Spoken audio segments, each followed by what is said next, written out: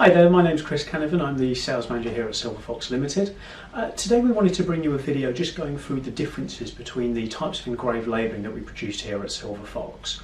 The most common type of material that we get asked for is Traffolyte. Now, Traffolyte as a material was actually introduced in 1927 by the Metropolitan Vickers Electrical Limited Company at their Trafford Park factory in Manchester, and was originally designed as a labelling method for transformers.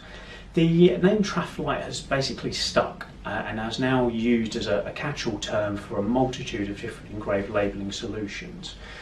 It's a bit like referring to a Hoover when in fact it might be a vacuum cleaner that is made by Dyson or Bosch or any one of those companies.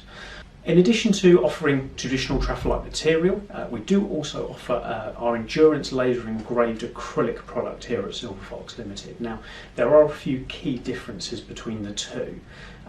Traffolyte is generally considered better for metro and underground applications and will generally be spec'd on things like London Underground, Crossrail is a good example. Obviously we manufacture those and we can supply them to specification as well. Traffolyte material is rather rigid, so for instance if I have a 3mm thick piece of Traffolyte there, the sort of thing you'd get on a control board, you can see there's not really much give there at all.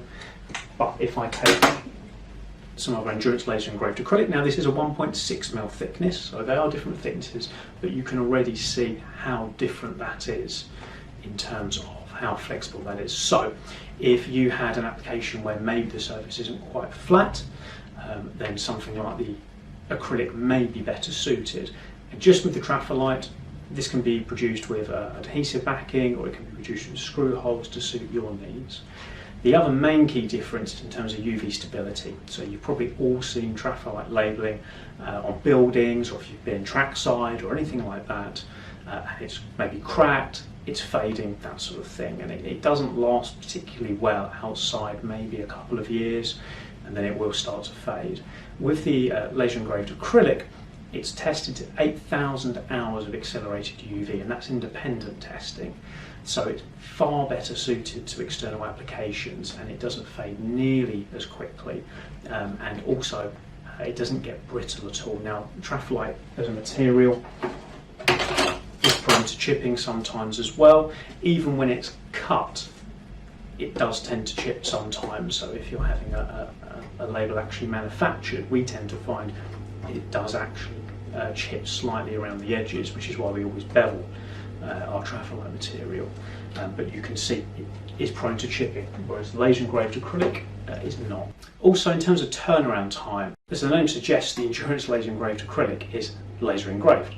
The Traffolyte material is actually mechanically engraved, which is a far longer process. So in terms of turnaround time to yourself and your teams, the acrylic is actually much quicker to engrave than the Traffolyte. So there's some real key differences there between the two, and depending on what application you have, you may find one is better suited than the other, but I think it is certainly worth just explaining what those differences are so you can make the best decision. I hope that's helped clear up some of the confusion and hopefully identify where the benefits lie of both materials. As always, if you need any help from myself or the sales team here, then please don't hesitate to get in contact. We'll be more than happy to help. Thank you very much.